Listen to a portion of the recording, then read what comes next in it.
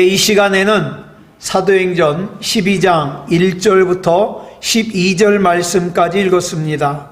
오늘은 사도행전 59번째 시간으로 부제목은 주님의 지체로 사는 삶입니다. 주님의 지체로 사는 삶. 우리는 지난 시간에 예루살렘과 그 인근 지역에 기근이 심하게 와서 안디옥 교인들이 구제금을 모아가지고 보냈다고 말씀드렸습니다. 이제 이 안디옥 교회 교인들은 그들이 모은 구제금을 예루살렘 교회에 전달할 사람으로 안디옥 교회의 공동 목회자였던 바나바 목사님과 이때까지만 해도 사울이라고 불렸던 바울 목사님을 선정했습니다. 그래서 이 바나바와 바울은 안디옥에서 480여 킬로미터나 떨어진 예루살렘까지 직접 걸어가서 예루살렘 교회 장로들에게 안디옥 교회 교인들이 모은 그 구제금을 전달했습니다. 바나바는 원래 예루살렘 교회에 다니던 사람이에요. 그런데 예루살렘 교회가 그 바나바를 안디옥 교회 목회자로 파송을 했습니다. 다시 말해서 그는 안디옥 교회로 파송되기 전에는 예루살렘 교회에서 신앙생활하던 사람이에요. 그런 그가 사도행전 11장 26절을 보니까 예루살렘 교회에서 안디옥 교회로 파송을 받아 안디옥 교회에서 목회한 기간이 1년이라 그랬습니다. 이 말씀을 감안하면 이 바나바 목사님은 어때요? 안디옥 교회로 파송받은 지 1년 만에 예루살렘 교회를 방문하는 거예요. 그런데 바울은 다릅니다. 바울은 갈라디아서 2장 1절을 보니까 예루살렘 교회 방문이 몇 년 만이에요? 14년 만이에요. 14년 만. 우리 한번 왜 14년이 되는가 한번 계산해 보겠습니다. 다메섹으로 그리스도인들을 붙잡으러 가던 바울이 예수님을 만나죠. 그래가지고 예수님을 만나가지고 변화된 이 바울이 다메섹의 유대 교인들이 유대교를 배신했다 그래가지고 죽이려고 해요. 그래서 그곳을 피해가지고 아라비아 사막으로 가서 혼자 경건의 훈련을 3년 동안 합니다. 3년 나오죠. 그 이후 예루살렘으로 올라갔을 때 예루살렘에 있는 유대교인들이 또 바울을 죽이려고 해서 예루살렘 교회에 있는 믿음의 형제들이 바울을 설득해서 고향에 좀 잠깐 내려가 있어라, 숨어 있어라. 그래가지고 바울이 고향인 길리기아 다소로 보내줬어요. 그리고 잘 아시는 바와 같이 이 길리기아 다소에서 몇 년 동안? 13년 동안 집거 생활을 했습니다. 그 이후 바나바와 함께 1년 동안 안디옥 교회에서 공동 목회를 하죠. 그러니까 아라비아에서 3년 동안 있다가 예루살렘에 갔다가 그 다음에 고향에서 13년 있다가 1년 동안 안디옥 교회에서 공동 목회를 했으니까 예루살렘에서 떠난 지 14년 만에 예루살렘을 방문하게 되는 겁니다. 자, 그러니까 14년 전에 예루살렘을 방문할 때에는 20대 후반이었던 바울이 어느덧 40대 전후가 됐죠. 그렇다면 14년 만에 예루살렘을 방문하는 바울이 얼마나 감회가 새롭겠습니까? 감회가 남다르죠. 사도행전 11장 30절 말씀 우리 같이 보겠습니다. 시작. 이를 실행하여 바나바와 사울의 손으로 장로들에게 보내니라. 본문은 안디옥 교회 교인들이 모은 구제금을 바나바와 바울이 그냥 예루살렘 교회에 전달했다고 기록하지 않고 뭐라고 합니까? 바나바와 사울의 손으로 예루살렘 교회에 보냈다 그랬어요. 가령 여러분, 제가 성경을 들고 갈 때 단순히 성경을 들고 갔다 그러지 않고 제가 굳이 제 손으로 성경을 들고 갔다 말한다면 이 성경을 들고 있는 손에 뭔가 또 다른 의미가 있지 않겠습니까? 자, 그러면 이 본문에서 안디옥 교회 교인들의 구제금을 바나바와 바울의 손으로 예루살렘 교회에 보내줬다. 다시 말해서 14년 만에 예루살렘을 방문하는 바울의 손에 안디옥 교회 교인들이 모아서 보낸 구제금이 들려 있어요. 왜 손을 강조했을까요? 본문의 시점으로부터 약 20년 전에, 20여 년 전에 바울은 유대교의 지도자가 되겠다고 하는 청운의 꿈을 안고 젊디 젊은 나이에 고향을 떠나서 예루살렘에 갔습니다. 예루살렘에 가서 당대 최고의 율법 선생인 가말리엘 선생님 밑에서 율법을 공부했어요. 그래서 사람들이 바울에 대해서 참 기대가 컸습니다. 참 유대교회에서 큰 일을 할 사람이야. 그래가지고 사람들이 자기에 대해서 기대가 크니까 그 바울이 자기에 대한 그 기대에 부응하기 위해서 어떻게 합니까? 유대교가 기독교를 박해해서 말살하려고 하는 일에 앞장을 섰어요. 20대의 젊은 나이에. 그래가지고 어땠어요? 그 당시에 그 바울의 손으로 그리스도인들을 가차없이 색출해서 체포해가지고 연행을 했죠. 여러분, 당시 20대의 나이였던 바울의 손 얼마나 싱싱할까요? 그죠? 얼마나 예쁠까요? 그러나 그 젊고 생기가 있고 아름다웠던 젊은 시절의 바울의 손은요, 자기의 야망을 이루기 위해서 기독교를 박해하는 불의의 도구로 쓰임을 받았어요. 그리고 자기 자신의 야망을 이루는 일에 눈이 멀었던 바울은 그것이 얼마나 어리석은 짓인가를 못 깨달아요. 지금도 하나님을 떠나서 자기 소견에 오른 대로 사는 사람들은 그것이 얼마나 어리석은 짓인지 몰라요. 그러나 때가 되면 압니다. 기도하는 것은 그 때가 우리에게 좀 더 시간이 많이 남았을 때 깨달아지기를 기도하는 거예요. 그 시절의 바울은 천하보다 더 귀한 자기의 젊음을 무엇에 사용했어요? 그 자기의 두 손으로 갉아먹어요. 예수님을 박해하고 그리스도인들을 박해하고 자기 인생을 갉아먹는 일에 사용했다 이 말입니다. 그러다가 본문의 시점으로부터 약 17년 전에 예루살렘에서 약 200km 떨어져 있는 다메섹까지 예수 믿는 사람들을 체포하러 갔다가 그 도중에 예수님을 만나고 예수님께 사로잡히죠. 여러분, 이 바울이 예수님께 사로잡히면서 나타난 신체적인 특징이 뭐예요? 시력을 잃었어요.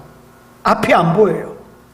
조금 전까지만 해도 자기의 두 손으로 다메섹에 있는 그리스도인들을 연행하기 위해서 당당하게 걷던 이 바울이 예수님을 만나고 시력을 잃어버리고 어쩔 수 없이 앞이 안 보이니까 다른 사람 손에 이끌려서 겨우 다메섹 안으로 들어갈 수 있었습니다. 여러분 한번 생각해 보세요. 다른 사람의 도움을 받아야만 움직일 수 있는 젊은 바울의 모습 얼마나 비참합니까? 그런데요, 겉으로 보기에는 참 비참한 상황이지만 영적으로 볼 때는 너무나도 다행스러운 상황이에요. 왜요? 우리가 하나님을 떠난 상태에서도 아무런 어려움을 만나지 않잖아요? 그러면 자기의 신앙을 돌아보질 않아요. 자기가 잘못됐다는 걸 못 깨달아요. 이런 사람들의 상태를 로마서 1장 28절에서 뭐라고 한다 그랬죠? 시작. 하나님께서 그들을 그 상실한 마음대로 내버려 두사 합당하지 못한 일을 하게 하셨으니. 예배를 안 드려도 아무 일도 안 일어나요. 하나님으로부터 멀리 떨어져도 아무 일도 안 일어나요. 그러니까 괜찮은 줄 알아요. 근데 이미 그 사람은 하나님의 벌을 받고 있는 거예요. 징계를 받고 있는 거예요. 상실한 상태 그대로 내버려 두는 거예요. 그러므로 내가 하나님으로부터 멀어져 있을 때 곧바로 어려움을 당하는 것은요, 참으로 영적으로 다행스러운 일이라고 할 수 있죠. 바울도 이 다메섹의 사건으로 말미암아 자기의 야망을 이루기 위해서 불의의 도구로 사용하던 그 두 손 때문에 자기의 영원한 생명을 갉아먹으면서 살면서 더 무서운 것은 자기가 잘못됐다는 걸 모르고 살았는데 이 다메섹으로 가던 길에 예수님을 만나고 시력을 잃고 나니까 비로소 어때요? 그 잘못된 길로 가던 길에서 벗어날 수가 있었죠. 다행스러운 일이에요. 이후에 다메섹에서 아나니아라고 하는 사람의 안수를 받고 시력을 회복한 이 바울이 아라비아 사막으로 가서 3년 동안 예전에 자기가 예수님을 대적하고 그리스도인들을 핍박하던 그 모든 허물을 하나님 앞에서 다 벗어내고 진짜 그리스도인이 되어서 예루살렘으로 돌아왔어요. 예루살렘으로 돌아오면서 바울은 이렇게 생각했을 거예요. 내가 예전에 예수님을 핍박하고 예수 믿는 사람들을 괴롭혔으니까 내가 그 전보다 더 예수 그리스도를 증거해야 되겠다. 내 허물을 갖다가 회복시키려면 나는 정말 이전보다 더 복음을 전해야 돼. 열심히 복음을 전해야지. 이런 생각을 가지고 예루살렘으로 왔어요. 그런데 예루살렘에 도착한 바울은 아무 일도 할 수가 없었어요. 왜? 그 유대인들이 바울을 죽이려고 해서, 자신들을 배신했다고, 배교했다고 죽이려고 해서 자기 고향인 길리기아 다소로 빈손으로 도망갈 수밖에 없었어요. 그런데 그로부터 14년이 지난 후 안디옥 교회 교인들이 힘을 다해 모은 그 구제금을 바울이 자기의 손으로 들고 가고 있다 이 말이에요. 여러분, 이 바울의 손에 들려진 것은 단순한 돈이 아니에요. 그것은 안디옥 교회 교인들이 주님의 말씀을 쫓아 유대인 그리스도인들을 위하여 자신들의 생명을 나눈 아주 귀한 진리와 생명의 결정체예요. 이 진리와 생명의 결정체인 구제금을 바울이 지금 자기의 손으로 들고 예루살렘으로 가고 있는 거예요. 이것은 단순히 바울의 두 손이 구제금을 운반하는 도구로서만 기록한 것이 아니에요. 예전에 자기의 야망을 이루기 위해서 불의의 도구로 쓰임받았던 이 바울의 손이 어느덧 지금 진리와 생명의 도구로 쓰임을 받고 있다 이 말이에요. 여러분, 저와 여러분도 마찬가지예요. 다른 사람에 대해서 흉을 보고 있는 얘기 없는 얘기를 전달하면서 불의의 도구로 쓰임받았던 입이, 그 다음엔 어떡합니까? 예수 그리스도로 말미암아 힘을 얻을 수 있도록, 믿음을 얻을 수 있도록 복음을 전하는 도구로 쓰임받는다면 얼마나 귀하겠습니까? 그뿐만 아니라 나를 죄악의 구렁텅이로 인도하던 내 다리가 하나님의 영광을 위한 자리로 나를 이끌어간다면 얼마나 이 귀한 도구겠어요. 네. 여러분 보세요. 바울이 아무리 안디옥 교회 교인들의 아름다운 구제금을 자기의 손으로 들었다 하더라도 바울의 다리가 움직여주지 않는다면 구제금을 예루살렘 교회로 운반할 수가 없겠죠. 그러므로 바울의 손이 진리와 생명의 도구로 승화되었다는 것은 결국 무슨 뜻이에요? 바울의 다른 지체인 발과 또 발을 포함해서 온 몸이 진리와 생명의 도구로 승화되었다는 걸 뜻합니다. 저와 여러분도 마찬가지예요. 하나님의 말씀을 듣고 그 들려진 하나님의 말씀대로 산다는 것은 이 듣는 귀만 변한 것이 아니라 어때요? 내 마음도, 내 눈도, 내 입도, 내 손도, 내 발도 다 변화되는 거예요. 하나님의 지체로, 진리와 생명의 도구로. 그래서 본문에서 바울의 손, 다시 말해서 바울의 지체를 강조하는 이유가 바로 여기 있습니다. 이제 바울의 지체는 더 이상 예전에 자기의 야망을 이루기 위해서 죄를 짓던 그런 지체가 아니라 이제는 하나님의 손이요 하나님의 지체가 된 거예요. 이후 진리와 생명의 도구가 된 이 바울의 지체가 닿는 곳마다 진리와 생명의 역사가 일어나는 것은 당연하죠. 당연하죠. 그의 지체는 이미 그 바울 자신의 지체가 아니라 뭐예요? 주님의 지체가 된 거예요. 그래서 바울이 로마서 6장 13절에서 이렇게 권면하고 있습니다. 시작. 또한 너희 지체를 불의의 무기로 죄에게 내주지 말고 오직 너희 자신을 죽은 자 가운데서 다시 살아난 자 같이 하나님께 드리며 너희 지체를 의의 무기로 하나님께 드리라. 여기서 우리말 무기로 번역된 헬라어가 호플론이라는 단어인데 이 호플론은 본래 도구를 의미하는 단어예요. 바울은 의인과 악인의 분기점을 먼 데서 또 막연한 데서 찾은 것이 아니라 뭐에서 찾았냐? 지금 내 지체가 어떤 도구로 쓰임받고 있느냐? 내 지체가 악한 도구로 쓰임받고 있다면 나는 악의 도구예요. 그러나 내가 지금 내 지체를 의롭게 사용하고 있다면 의의 지체예요.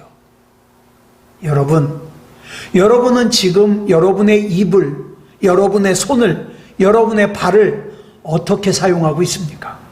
어떻게?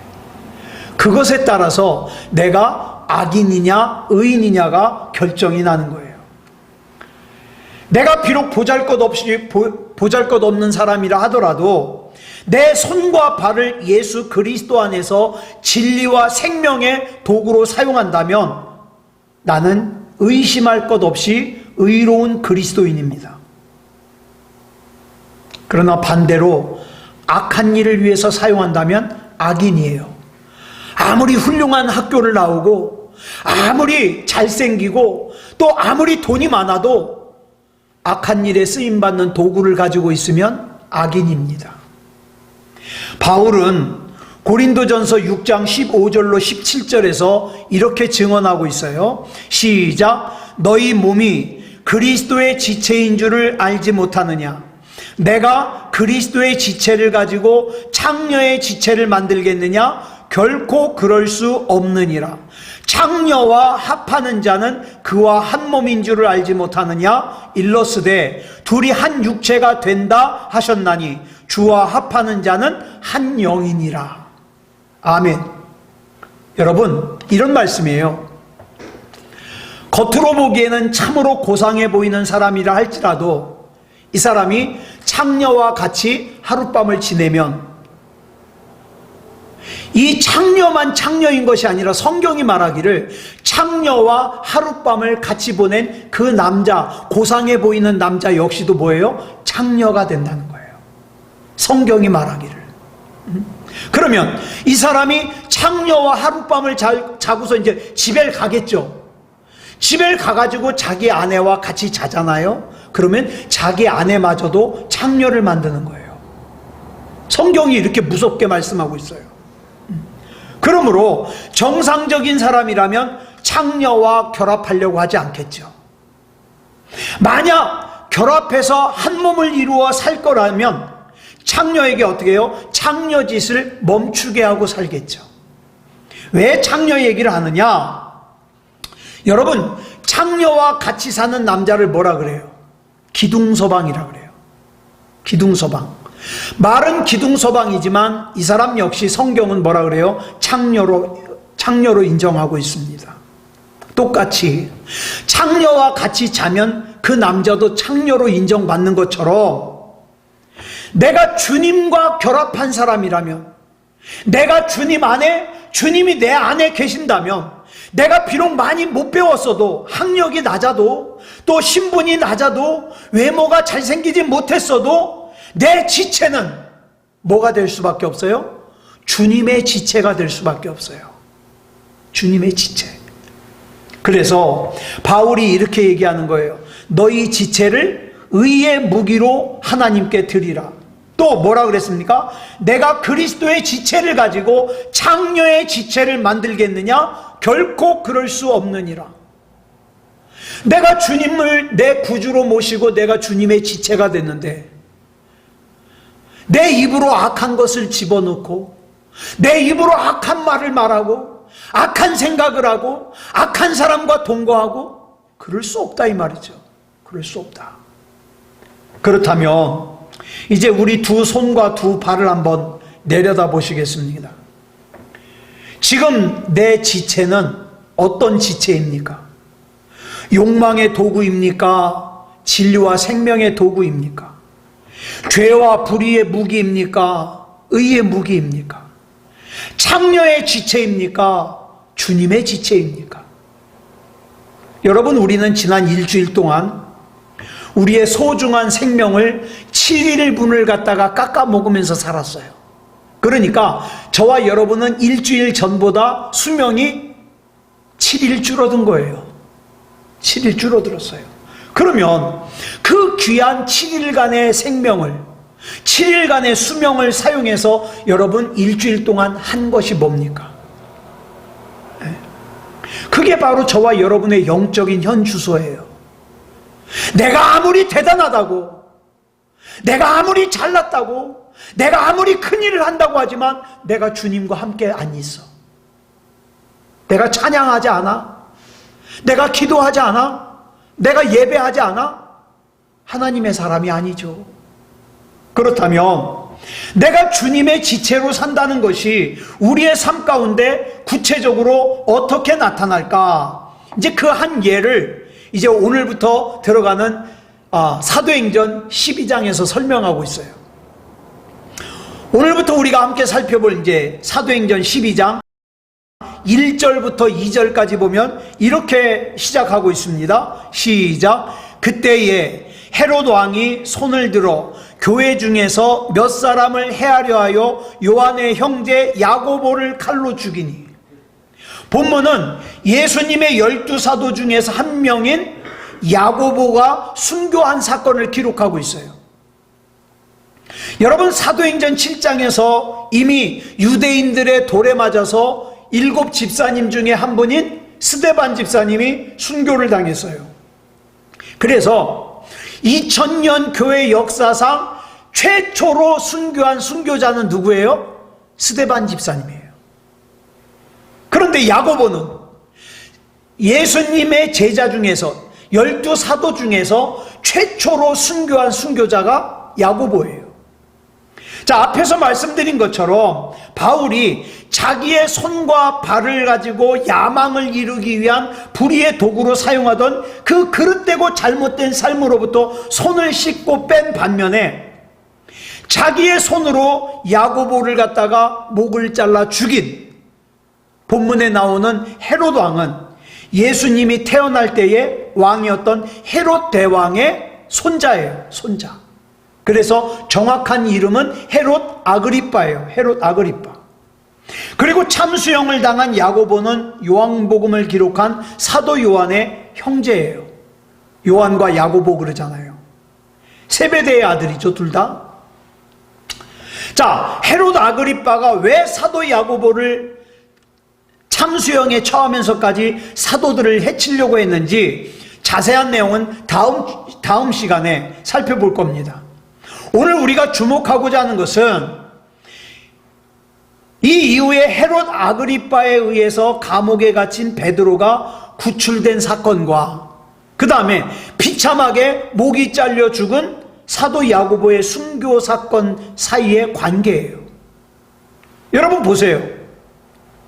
사도 야고보의 목을 잘라서 죽이고 나니까 유대인들이 되게 좋아하는 거예요. 박수치는 거예요. 그러니까 헤롯 아그리빠가 내친 김에 저 사도들 중에서 대장격인 베드로마저 죽이면 저 유대인들이 얼마나 좋아할까, 나를 박수 쳐줄까. 그래가지고 베드로마저 목을 잘라 죽이려고 붙잡아 왔어요.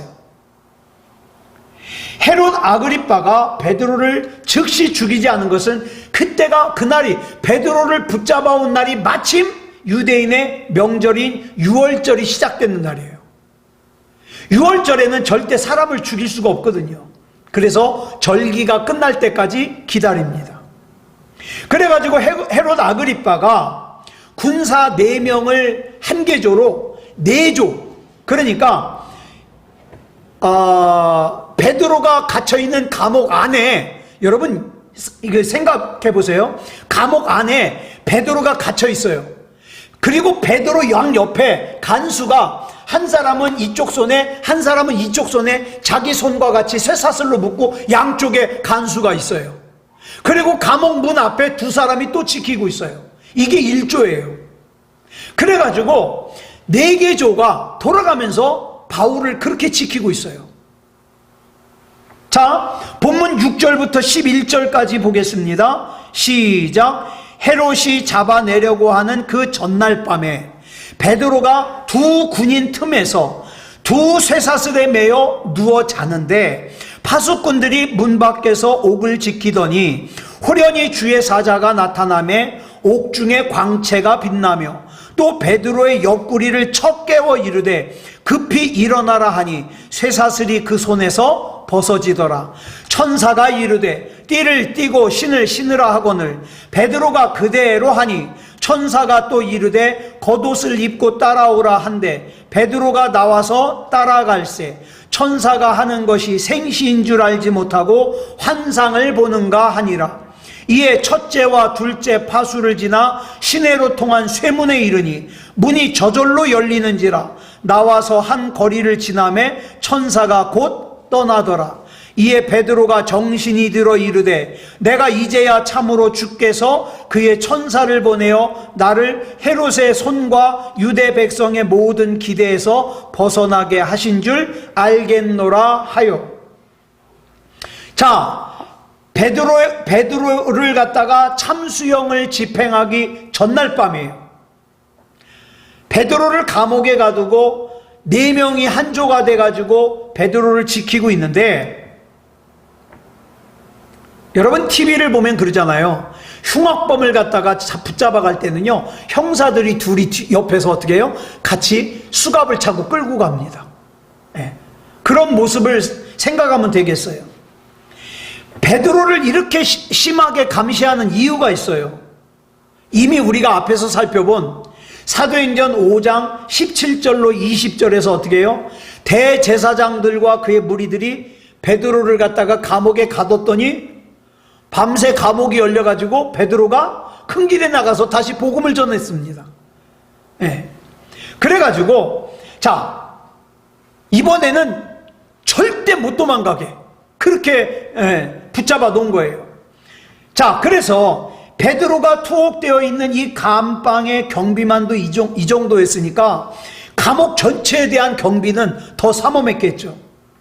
그 삼엄한 경비 속에서 죄수가 탈옥을 한다든가 밖에 있는 동료들과 뭐 이렇게 소통하는 거, 그건 불가능하죠. 있을 수가 없죠. 그런데 주님께서 그 철통 같은 감옥에서 베드로를 무사히 구출해 내셨어요. 주님의 구출이 얼마나 상상을 초월한지 베드로가 어떻게 생각했어요? 자기 환상인 줄 알았어요, 지금. 예? 줄렁줄렁 천사 쫓아가면서도 이건 꿈일 거야. 이거는 실제일 리가 없어. 그러면서 쫓아갔어요. 자, 감방을 나선 베드로가 첫 번째 초소와 두 번째 초소를 지나고 감옥의 철대문을 통과하여 한 길에 있습니다. 이 철대문은요, 마지막 문이거든요. 감옥에서 나오는. 그 철대문을 통과해서 밖에 나와서 큰 길에 서서야 정신이 번쩍 든 거예요. 아, 자기가 지금 꿈을 꾸는 게 아니라 실제로 그 삼엄한 경비 속에서 주님께서 나를 구출해 주셨구나. 이걸 깨달은 거죠. 주님께서는 그 정도로 신비스럽게 베드로를 구출해 주셨어요. 근데 여기서 우리가 중요한 질문을 하나 해야 돼요. 왜? 본문 속에서 야고보와 베드로에게 일어난 사건이 너무 대조적이에요. 그렇죠? 마태복음 4장 18절로 21절을 보면 베드로와 야고보가 똑같은 날 똑같이 갈릴리에서 예수님의 부르심을 받았어요. 둘의 직업도 똑같아요. 어부예요. 나이도 비슷해요. 그리고 3년 동안 똑같이 예수님을 따라다녔어요. 그런데 베드로와 야고보가 다를 것이 없는데, 잘 보세요. 중요한 거니까. 왜 야고보는 목이 잘려 죽게 내버려 두시고 왜 베드로는 감옥에서 구해내셨을까요? 예? 여러분은 그런 생각 안 하나 모르겠어요. 저는 그런 기도했어요. 하나님, 저 사람하고 나하고 뭐가 달라서 저 사람은 저렇게 부자로 잘 살고 나는 이렇게 힘들게 살게 하셔요? 내가 뭐 하나님께 잘못한 거 있습니까? 전 그런 기도 했었어요. 지금은 안 해요. 지금은 안 해. 불공평하잖아요. 왜 비슷한 조건의 두 제자인 베드로와 야고보 중에서 야고보는 목이 잘려 죽게 그냥 내버려 두시고 베드로는 기적 가운데 구해내시냐 이 말이에요. 여러분, 베드로 입장에서는 은혜예요. 그죠? 베드로 입장에서는 감사한 일이지만 야고보 입장에서는 이게 뭡니까 주님? 그죠? 왜 차별하십니까? 그렇죠? 그런데 이처럼 전혀 상반된 두 사건을 동시에 본문이 기록하는 것은 우리에게 주고자 하는 메시지가 있어요. 메시지가. 그게 뭐냐 이 말이에요. 자, 베드로는 자기 욕망을 이루기 위해서 또는 거짓말을 해서 불의를 행하다가 그 죄값으로 감옥에 갇힌 게 아니에요. 이유는 유대인들이 십자가에 못 박아 죽였던 예수님께서 죽음을 깨뜨리고 부활하셨다고 증거한 것 때문에 지금 잡혀온 거잖아요. 예. 그래가지고 감옥에 가두었어요. 유대인들은 자신들이 십자가에 못 박아 죽인 예수가 메시아일 리는 절대 없지만 더더군다나 죽었다가 살아났을 리는 절대 없다고 이렇게 생각하고 있었어요. 예. 그런데 십자가에 못 박혀 돌아가신 예수님께서 부활하셨다고 증거하는 것 때문에 감옥에 갇힌 베드로가 지금 그 예수님에 의해서 철통 같은 감시를 뚫고 감옥에서 나왔거든요. 이것은 뭘 뜻해요? 유대인들이 확신하고 있는 그 잘못된 확신과는 달리 예수님께서 정말 죽음을 깨뜨리고 부활하셨다는 증거잖아요. 그 부활하신 예수님이 베드로를 감옥에서 끌어내셨다는 거 아니에요. 만약 예수님께서 부활하지 못했다면 그 예수님의 부활을 전하다가 감옥에 갇힌 베드로를 부활하지 못한 예수님이 어떻게 끌어내겠어요? 불가능한 일이죠. 그러나 주님께서는 부활을 증언한 베드로 자신조차 믿지 못해가지고 이건 실제가 아닐 거야, 현실이 아닐 거야, 꿈일 거야 이렇게 생각할 정도로 신비스러운 방법으로 감옥에서 구출해내심으로써 예수님께서 부활하셨음을 친히 증거하셨어요. 자, 그런데 이 문제는 야고보예요. 전혀 상반되어 보이는 두 사건. 왜 야고보는 비참하게 목이 잘려 죽도록 그대로 내버려뒀을까? 사도 야고보 역시 자기 허물 때문에 붙잡힌 거 아니에요. 그 역시 부활하신 주님의 증인으로 살다가 참수형을 당했어요. 그렇다면 부활하신 주님께서 감옥에 갇혀있는 베드로를 그 신비한 능력으로 구해내셨다면, 야고보도 그렇게 구해내셨다면 얼마나 좋겠어요? 저와 여러분도 큰 부자가 되게 하셨으면 얼마나 좋겠어요? 예? 교회 공사비를 갖다가 이 공사비가 껄쩍지근하니까 하나님 앞에 기도하고 로또 산다 그러잖아요. 예? 하나님 더도 들도 말고 공사비만 당첨되게 해주시옵소서. 예? 제가 그 말씀을 듣고 얼마나 속으로 웃었는지. 예? 여러분 그렇잖아요. 남들은 하루 저녁에 술값으로도 몇백만 원씩 몇천만 원씩 쓴다는데 하나님 교회 공사. 그러면 우리의 단순한 생각으로는 어떻게 해요? 아이고 그냥 그 마음이 기특해가지고 그래 4천만 원만 당첨되게 해달라 그랬냐? 네 1억 해줄게 1억. 저 같으면 그래요. 제가 하나님이라면. 근데 하나님은 다른 생각이 있으신가 봐요. 아직 얘기가 없어요. 네. 여러분, 남보다 의롭고 바른 삶을 살려다가 도리어 악인에게 어처구니 없이 목이 잘려 죽임을 당한 이 비참한 야고보의 인생, 얼마나 비참합니까? 그러면 베드로는 비참하지 않아요? 여러분, 이 감옥에서 베드로가 구출되었다 그래서 베드로가 천년만년 살았어요? 아니요. 베드로가 나중에 어떻게 됐습니까? 붙잡혀가지고 자기는 예수님처럼 똑바로 십자가에 달릴 수 없다 그래가지고 십자가에 거꾸로 매달려서 순교를 당했어요. 그렇다면 살아생전에 소위 이 세상에서 잘 먹고 잘 사는 성공과는 무관한 삶을 스스로 자원했어요, 베드로가. 얼마나 어리석어요. 여러분, 이 세상에서 고생하면서 살고 싶은 사람이 누가 있어요? 아무도 없죠. 그런데 왜 굳이 복음을 전하다가 이렇게 힘들어? 어려움을 당해? 아, 금요일날 피곤하면 그냥 집에서 쉬지. 뭐하러 이렇게 교회에 겨나와? 예? 내가 쓸 것도 없는데 무슨 교회에 헌금을 해? 이런 생각들을 하겠죠. 그러나 이 본문의 배경은 이 세상이나 인간이 아니라 부활하신 예수 그리스도였기 때문에, 다시 말해서 야고보와 베드로는 부활하신 주님 앞에서 주님을 자기 인생의 배경으로 삼은 사람들이었기 때문에 이 야고보와 베드로는 어리석은 인생이 아니에요. 저와 여러분도 마찬가지예요. 저와 여러분도 우리 주님이 어떻게 사용하실지 몰라요. 그런데 분명한 거 한 가지는, 저와 여러분은 어리석은 인생이 아닙니다. 아니에요.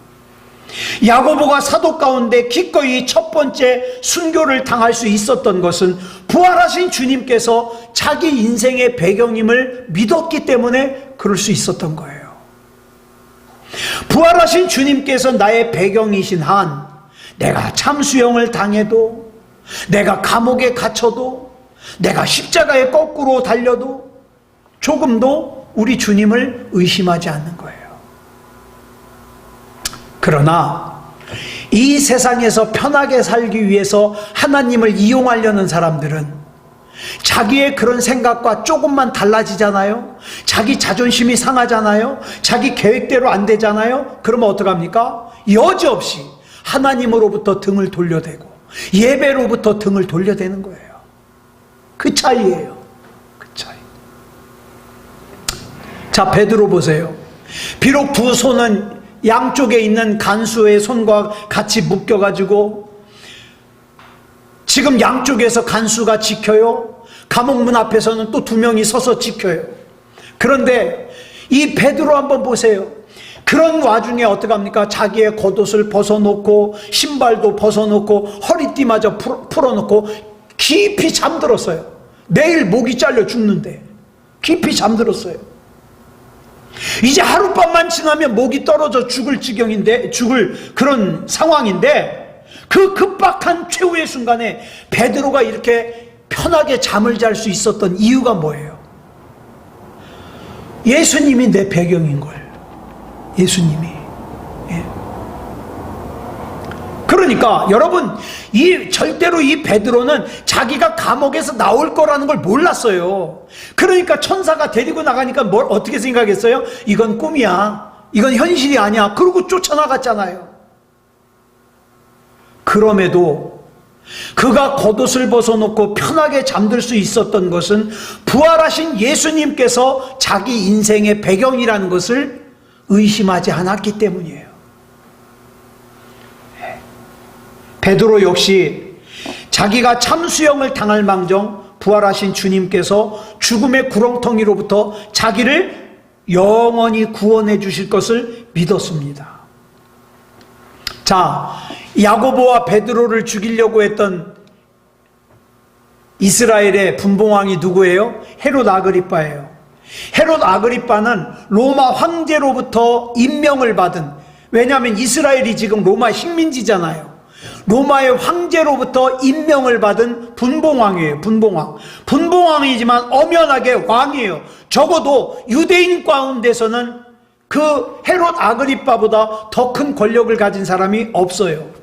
그러나 그 큰 권력을 가졌지만, 많은 재물을 가졌지만, 권세를 가졌지만, 그는 자기 욕망을 자기 인생의 배경으로 삼았어요. 그래서 성경을 보니까 23절에, 본문 23절에 보니까 뭐라 그랬어요? 주님께서 이 헤롯을 치심에 벌레 먹어 죽었어요. 벌레 먹어 죽었어요. 그러니까 자기 자신을, 자기 욕망을 자기 인생의 배경으로 삼았을 때 그 화려했던 자기 왕의 자리도, 권력도, 호사로움도 그의 죽음을 재촉하는 화근에 불과했어요. 사랑하는 여러분, 저와 여러분이 믿음 안에서 살다가 나중에 우리 주님께서 오라 그러셨을 때 이 육체의 호흡은 멈추고 눈은 감았지만, 우리가 그 감았던 눈을 다시 떴을 때에 하나님 나라에서 우리가 영원히 거하게 된다는 걸 알았을 때 얼마나 기쁘겠습니까? 사랑하는 여러분, 우리는 이 신앙을 가지고 사는 거예요. 물론 이 땅에서의 우리 삶도 최선을 다해서 살아야 돼요. 그러나 훗날 우리 주님과 영원히 함께 살아야 될 하나님 나라에서의 삶을 우리가 바라보며 오늘 내 개인적인 삶에도 최선을 다하시기 바랍니다. 가정생활에도 최선을 다하시기 바랍니다. 신앙생활 최선을 다하시기 바랍니다. 가장 중요한 거, 저와 여러분의 손과 발과 저와 여러분의 몸을 악한 일에 쓰임받지 않고 하나님의 영광을 위해서 쓰임받는 그런 저와 여러분이기를 그리스도 예수님의 이름으로 축복합니다. 기도하겠습니다. 사랑의 아버지 하나님, 감사합니다. 오늘 하나님 앞에 우리의 몸을, 우리의 지체를 드려 이제 우리의 지체가 주님의 지체가 되었음을 믿습니다. 이제는 내가 말하는 것도 내 말이 아니라 하나님의 말을 하게 하시고, 생각하는 것도 하나님의 생각을 하게 하시고, 내 손과 발도, 내 사지백체 모든 육체도 하나님의 영광을 위해서 쓰임받게 주시옵소서. 절대 악한 일에 사용되어지지 않도록 하나님 지켜주시옵소서. 또 이 밤에 우리가 다양한 기도의 제목을 가지고 나왔습니다.